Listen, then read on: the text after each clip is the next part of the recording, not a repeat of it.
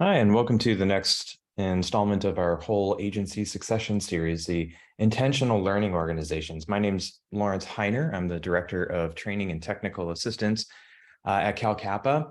And the reason why we're going to go through learning organizations is that plays a significant role in retention of existing employees and to help build a learning culture within the agency that props up everybody's work that's done within the organization. Happily, we are already doing much of what we're going to learn today, but this organizes things in an intentional sort of a way to achieve some of the human resource goals that we have as agencies. A couple learning objectives that we've got for today. First is to define the components of an intentional learning organization and how they look at your agency today. Secondly, we're going to reframe the concept of training to include all aspects of employee learning and development. And then lastly, we're going to identify some practical steps toward establishing your own intentional learning organization at your agency.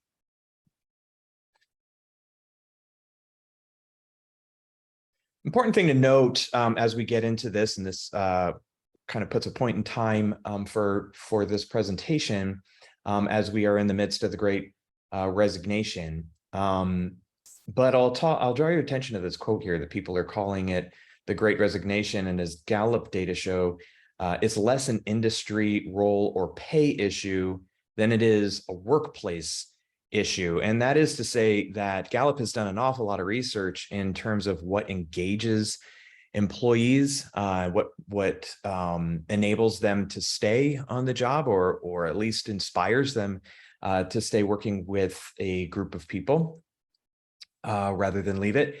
And it is very much to do with the culture of the organization. And that means a bit more than just being happy in the workplace.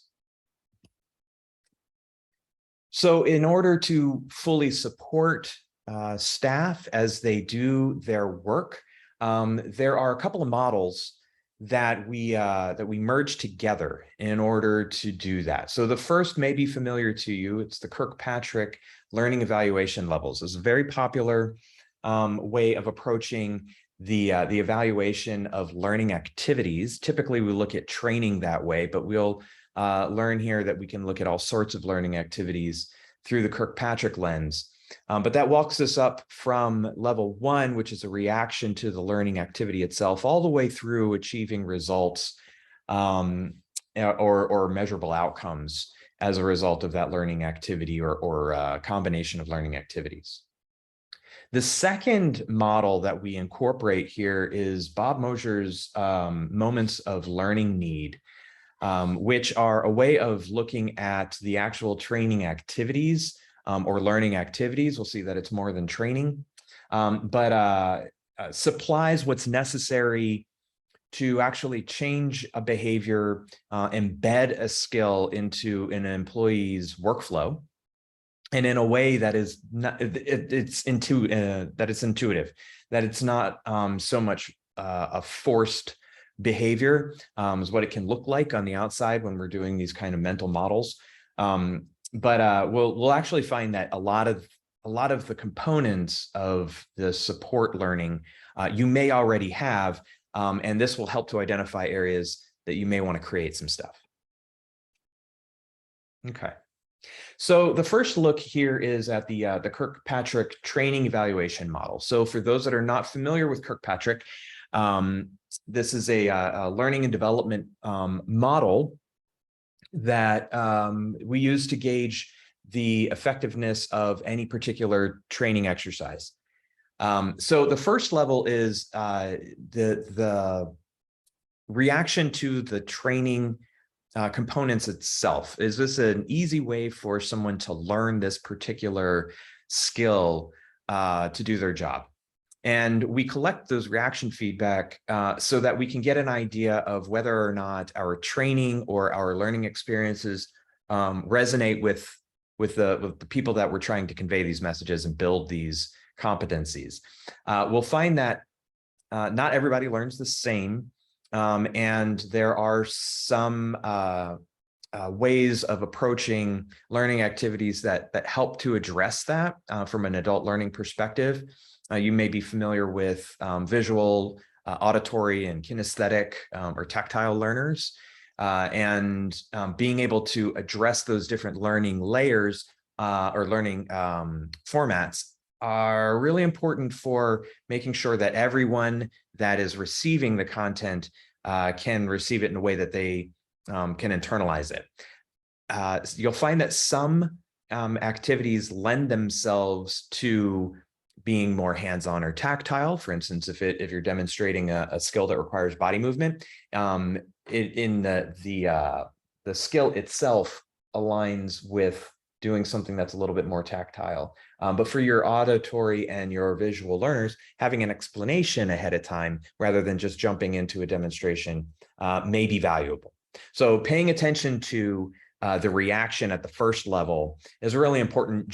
It's a non-starter if people don't react well to the learning activity. But once you've got something that people work with and understand, and generally speaking is conveying the message, the second level of evaluation that we'll have for that particular activity or learning technique is, does someone learn something?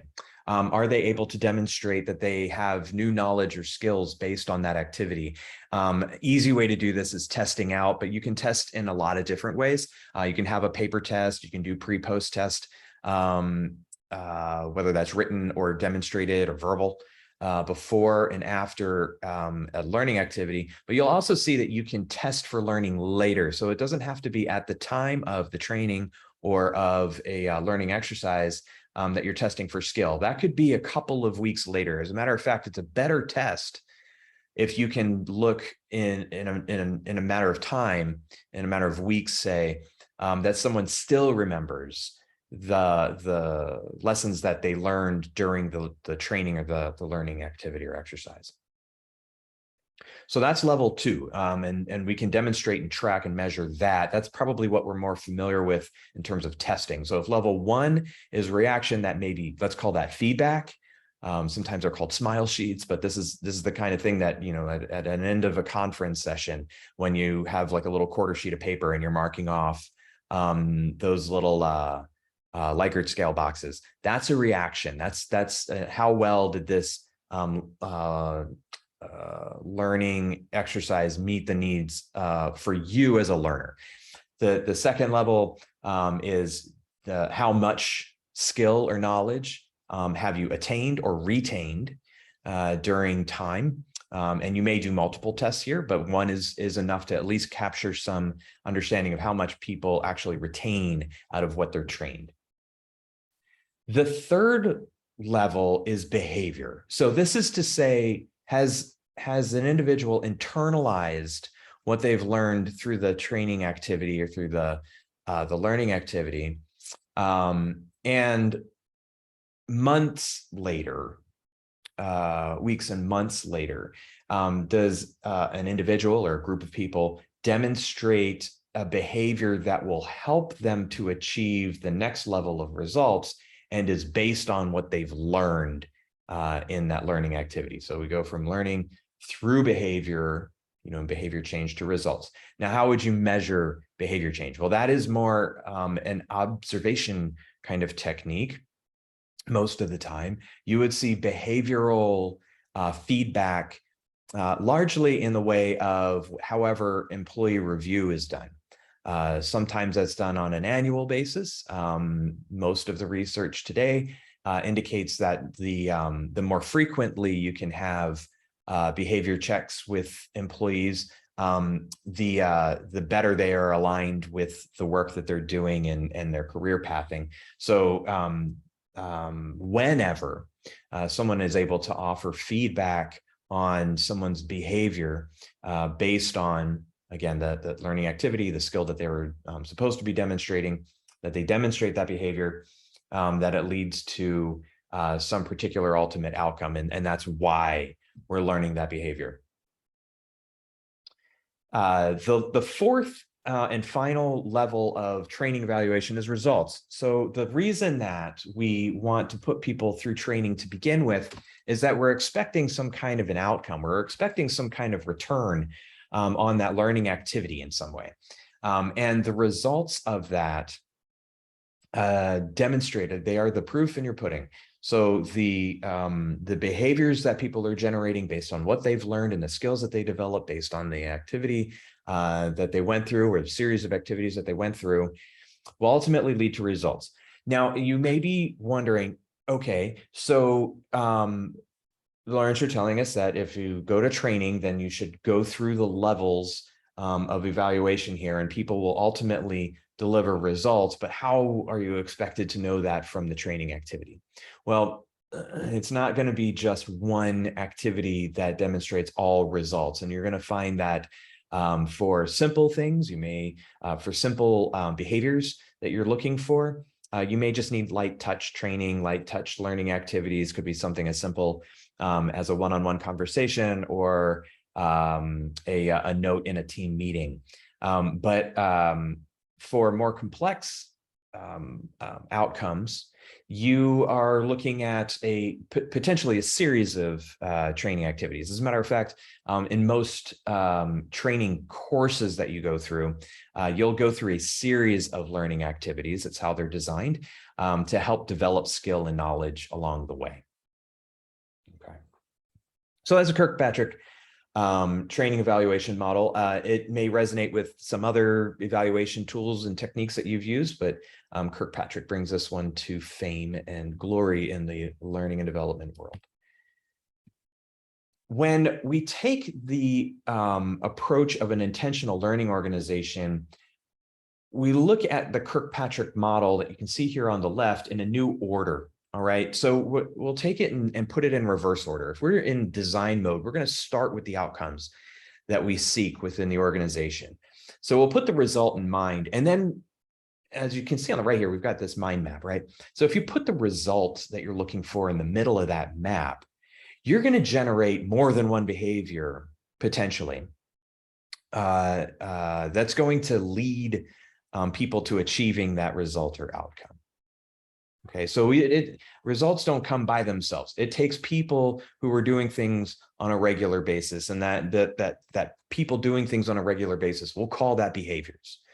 All right, and so as people are exhibiting these behaviors to achieve these outcomes, well, how do they learn the behavior? Now, some people come to the table with it already. They've got these wonderful behaviors. Maybe we want other staff to be like that. Maybe the behavior doesn't exist in our organization and we have to learn it from scratch. There are a lot of different ways that you can model the behavior that you're looking for, or to assess what behaviors are going to lead to an outcome.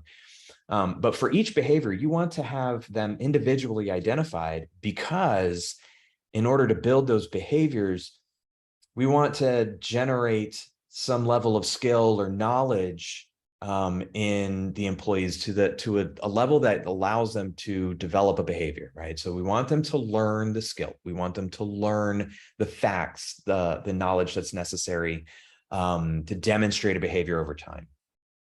And of course, in order to build those skills, we need to have some kind of a learning activity, right? And when we get to that learning activity layer, that is really where the rubber meets the road. And you're going to see that a lot of the learning activities that we have are going to exist outside of traditional training, right? Which is a little bit of a head scratcher. So let's take a look at what that means exactly, okay?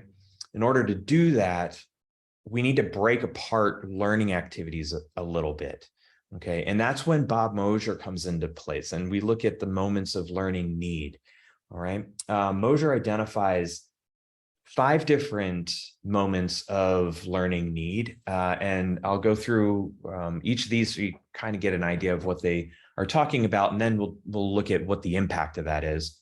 So the first moment of need is when something's brand new. This is pretty common. You know, when something's brand new, you need training, right? So there's a new topic, you get some training on it. Maybe it's a short training like this one. and you learn some of the concepts and enough that you have a pretty good understanding of the topic, right? For many of us, we're going to need more than just the cursory training. So that's the second layer, or the second moment of need, is when you stop and go, I could really use a lot more on that particular concept. So let me get more training, right? I'm going from my basic cursory webinar. Maybe I sign up for a class now because I need a deeper dive. All right. So that's your traditional training. So the first two moments of need, traditional training tends to solve those, but we've got more than that. Okay. We've got the next layer is when you get outside of that training environment, whether it's a classroom or online training environment. Now you need to apply the skill. Okay. And when you need to apply a skill, frequently you just need a refresher of what you learned. Right. So this, in terms of the actual learning activities that are going on, this is your domain of quick reference guides or job aids. This is your having a coach available who knows a concept that someone can pick up the phone and call just to get some support in that skill area. This is anything that would allow an employee to not have to go outside of the flow of work, but still get a refresher of what it is that they need to do. This is also, technology comes into play here with pop-ups and job aids. So if you think about things like taking applications, if there are fields on the application form, a digital form, that have little help icons, well, those little help icons are the small bits of learning that people need to jog their memory and get the job done. Okay. The fourth area, the fourth moment of learning need, is when there's a change to the topic. And when we say change, we mean you need to unlearn the old way of doing it and relearn the new way of doing it. So sometimes that means you've got to go, if it's new enough, you may need to go all the way back to training, right? But if this is a simple update, this is a small feature change or something like that. Maybe a good example of this would be if you use any kind of computer applications, either on your phone or on a desktop or laptop computer. If there's a change, feature release, something like that to the application that you're using, sometimes you'll get like a little walkthrough tutorial that'll just demonstrate to you, hey, this changed, and this changed. We just needed you to know that these changes occurred, so you don't look for this in the same spot anymore. Now you're looking in the new spot, right? And then when you go to apply that, remember back in the earlier learning need, if you saw that tutorial, and you go, oh, where was that? Well, that's when a tooltip or something like that would come into play. Okay. So that's great. When things change, then we know that we need to approach that with some kind of learning activity to tell people what the change is and to kind of guide them through that. But the last area is when, and some of us do this, I do this from time to time. I will make an error and I go, oh, you know what? That's not good. What do I do now? Now that I've made this error, what should I do to correct it? Right? What do I need to know to do to put things back on the right track? Who do I alert? What is the next step? If I marked the wrong box on a form, how would I approach correcting that error, right? What does that mean? So there should be a path. There should be a contingency or some kind of troubleshooting tool to help people when things go sideways. And often that's guiding them back onto the path of what the existing protocol is. Okay. So this is the support of all of your moments of learning need. Oh, another note about applying the skill. This is the domain of your standard operating procedures.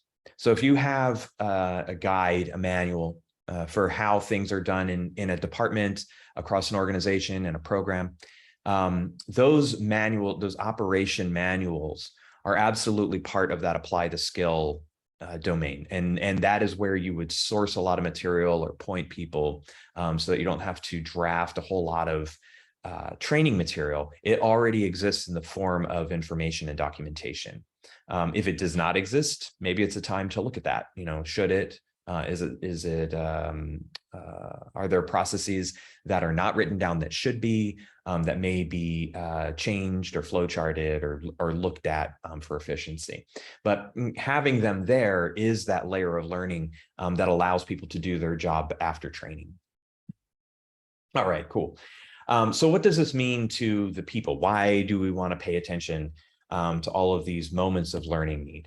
Well, here's a graphic that demonstrates what happens when people go to training, okay? So in the red on the left, you have this immersive learning experience in some way. Either it's in a classroom or it's online or it's on a webinar. The point is that the learner has been taken out of the flow of their work and introduced to a new skill to learn all this stuff.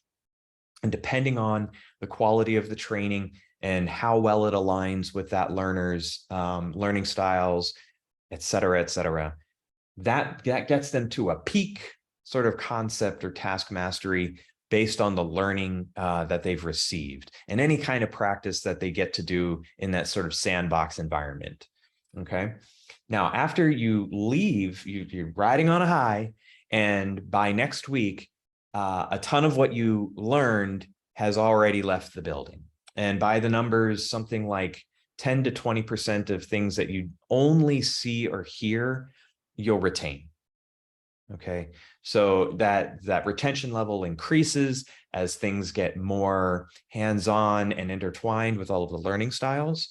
But the point is, the training itself is going to impart an awful lot of information up front, and then you have an opportunity as a learner to continue that sort of wraparound learning experience on the job.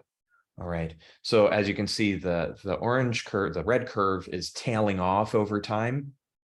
The green curve is showing what happens when you pay attention to the moments of learning need.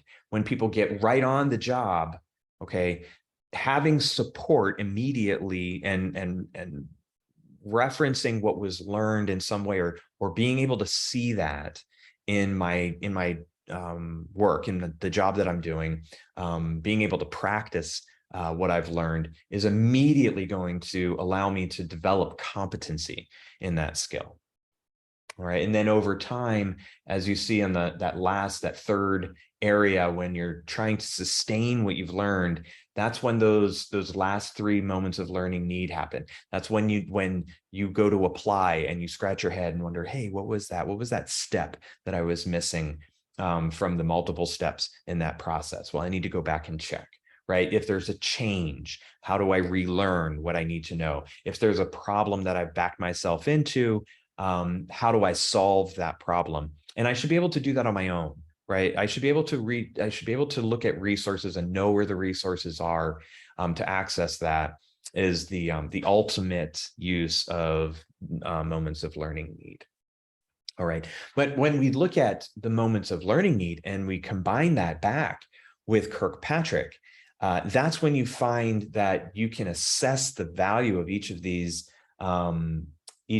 tools in a way that promotes outcomes, right? And remember early on, I said it's probably not going to be just one learning activity. Well, this is how that plays out, right? When you are trying to achieve an outcome, you don't just look at how are we going to train it, right? If you just look at how you're going to train it, we set our learners up for immediate success to learn what they're supposed to learn, and almost inevitable failure because they're going to forget what happened. So we need to have not just the training, but also the ongoing support figured out as part of a more strategic plan to achieve an outcome. So training, you find, is one component of an overall plan that achieves an outcome of either a culture shift or behavior change, something like that.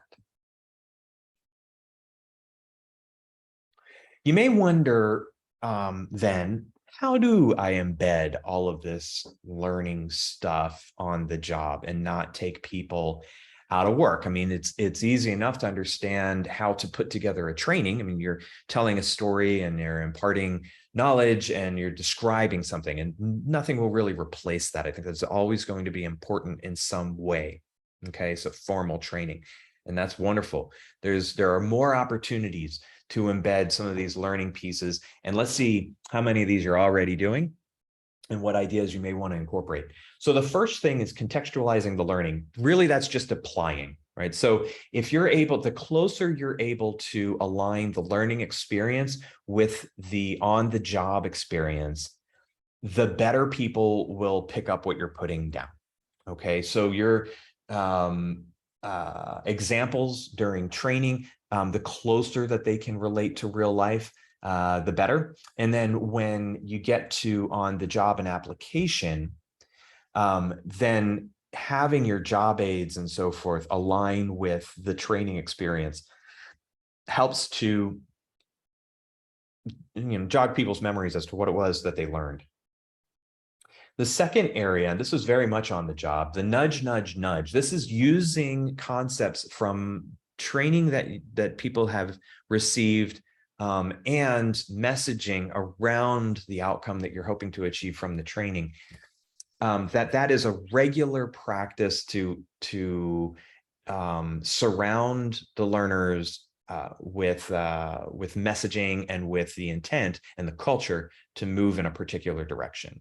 All right, and that does sound pretty ambiguous, but if you were to take the example of a new training program to provide a different kind of welcome to customers that are coming into an agency, right? Well, that may mean that at the beginning of team meetings, we rehearse the new welcome. It could mean that there's on our email signatures, we've put the new welcome script down in the email signatures, so it's kind of there passively.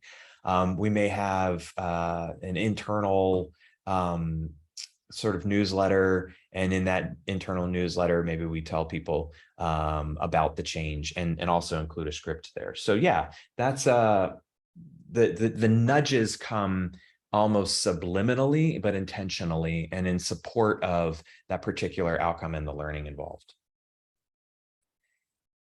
Building time for reflection is important so that people can internalize what they're learning, and put it through their own talents and expertise on how they're going to apply all of what they've learned on their job site. Okay, and that means something different for everybody. The thing for us to remember is that it takes a little bit of time for people to internalize. And it's not just the time, it's also the reflection. So an opportunity to reflect on those particular skills and that particular knowledge and how that's going to work to achieve that outcome over time. That is in essence how you're building a behavior. This creating micro-learning experiences is becoming more and more common. It is the idea that you can take maybe what would be a day-long training event that you pull everybody out of the workflow and into a classroom. Well, that's disruptive and sometimes is necessary, and we account for that, and sometimes it's that important. But sometimes the change requires that much time to learn the new processes, but we just don't have the time to come out of production to do that. So micro-learning experiences offer a way to modularize larger training components that make more sense, or maybe more step-by-step, or concept by concept, and delivered over time. So you can break those apart into smaller segments, anywhere from 5 to 30 minutes, to have people learn. This is a great way to leverage a learning management system, an online learning system, to load small courses that are related to the activities that employees will engage in on a regular basis. And then the last thing is to measure progress. So with whatever learning activities we embed in the workflow using some kind of progress meter to demonstrate someone's building their learning, or that they're growing as a member of the staff, is an indicator for the individual of their progress. It's also an indicator for the organization across the board, how well people are adapting to things that are new, behaviors that are new, and how closely they're coming to achieving organizational outcomes. Okay. So let's look at a few practical steps that you can take to start to apply some of these items, besides picking up the phone and calling Lawrence and saying, hey, how do I do some of this stuff? That is also fine. But if you want to get your feet wet with developing an internal learning organization, one of the things that you can start with, and especially applying this to retention, is to make position readiness a measurable outcome. So if you say as a starter that one of the outcomes that you're trying to achieve is position readiness, in other words, succession to another position, that there is a way to measure someone's progress toward that. Probably the easiest thing to use as an example would be the succession for your executive director. That one's written in organizational standards. It's the only one that's written in organizational standards. And yeah, there should be a succession plan for the single employee of the board of directors. And that's important. That same principle can be applied across the entire organization, particularly at the layer of management, right? So if every people manager or every promotable position has its list of behaviors that are necessary to succeed in that position, then you can flesh out the rest of that scaffold with all of the things that are necessary for someone to know and then potentially to learn to be ready for that next position. Some of that preparedness will happen because of training that your agency offers. Some may be outside of the agency. People go back to school to earn a degree or attend a certification program. Those are other ways that learning can happen to achieve outcomes. So by making that position readiness a measurable outcome, you're able to create plans for people to achieve a readiness to promote. That doesn't have to be a guarantee, but what you are doing is stacking the deck in the favor of your current staff, and they have the opportunity to develop culturally and understand what's going on from an institutional knowledge perspective. So you have maybe better candidates internally the next time around that you go to look for someone to take on a new position. Second thing is to define the behaviors required for succession. So just outside of the specific behaviors that may be required to achieve in the role that you're looking for, there may be additional behaviors that are necessary culturally to be considered for roles at higher levels. Let me give you an example, because it's we get away from meritocracy a little bit and more into people dynamics. So one of the things that you could look at here is someone's ability to maintain friendships and have an authority relationship with staff, right? Nothing is more frustrating, I think, than finding somebody who's perfect for the job, but they have a bunch of friends on their team, and now they're elevated to a team management role with its own duties and responsibilities. Some folks can adapt to that very easily. Other people struggle. And that is a behavior that's necessary in order to take on a leadership role where you didn't have it before. So putting that in front and making it a knowable thing allows you, A, to see if that person would struggle in that area in some way, and then B, how do they grow that as a behavior? Can they grow that as a behavior? Just because we want to have a behavior in someone doesn't mean that it's, possible or capable. Doesn't even always have to be a skill versus will situation. It may just not be a natural talent that person has, or causes a significant amount of stress for them, to sort of shoehorn themselves into a position that is uncomfortable. So looking ahead at that is very important. And if someone has a desire to change it, having honest conversations with that person about whether or not they can or will fit into a role that's a succession role for them. And then the last thing here that you could do is to start filling a master scaffold, big one, with the following list. So you can start with your job descriptions and duties and kind of plug that in, see how that lines up as behaviors that are necessary for the role. It may be a learning exercise. You may find that the job descriptions are either dead on, exactly accurate, or that they may need some adjustment based on how they're written. You can look at what current training activities you're already taking advantage of and plug those in. I'm sure that there are lots of opportunities that you've had in the past to train people either formally or informally, but being able to formalize those as training activities gives you sort of go to almost like developing a library of learning activities that are available to affect the outcomes that you're trying to achieve. Plug in those standard operating procedures into the mix. Those are your go-to for application of training, especially right out of an orientation or onboarding. Leveraging those standard operating procedures. Use them in training as much as possible. I would use the exact documents if you can.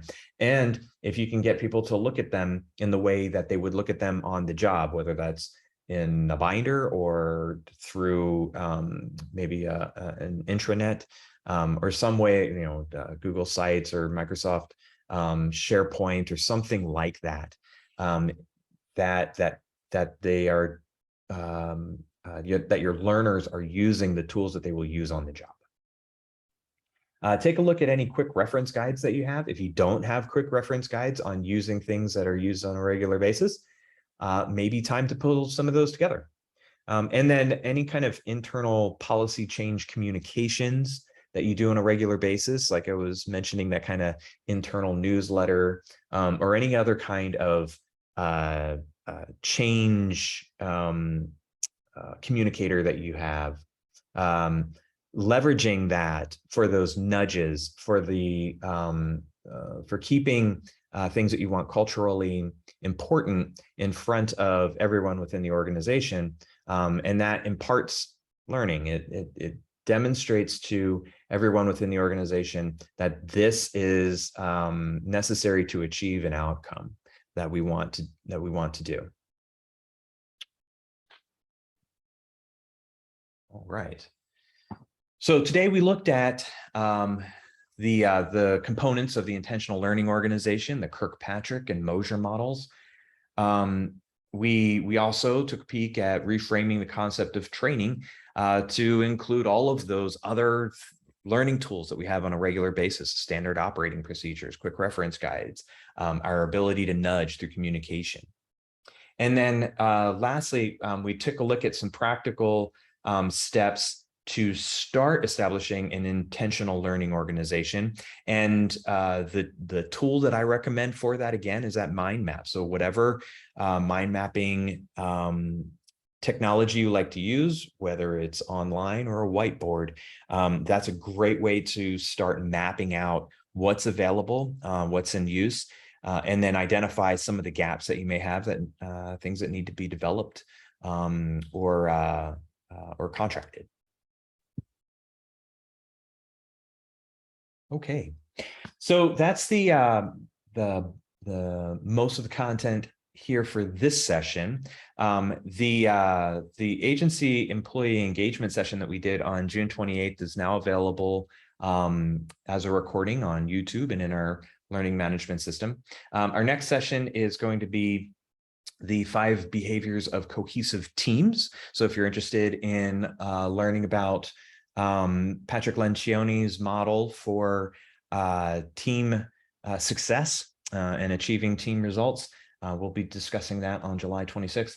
And then on August 9th, we've got a special session with CalCappa's Executive Director, David Knight, is going to talk about increasing employee compensation, dealing a lot with budgets and finding those dollars to pay people more. So real exciting stuff there.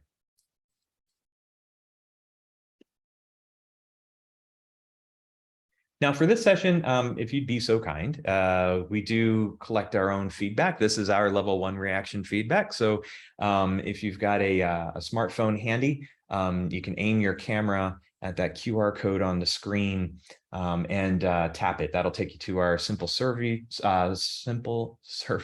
for feedback. And we only asked 2 questions, so hopefully that won't be too much. Only take about 30 seconds. We really appreciate it. Keep your eyes peeled for other training brought to you by CalCappa. Thanks. Have a great day.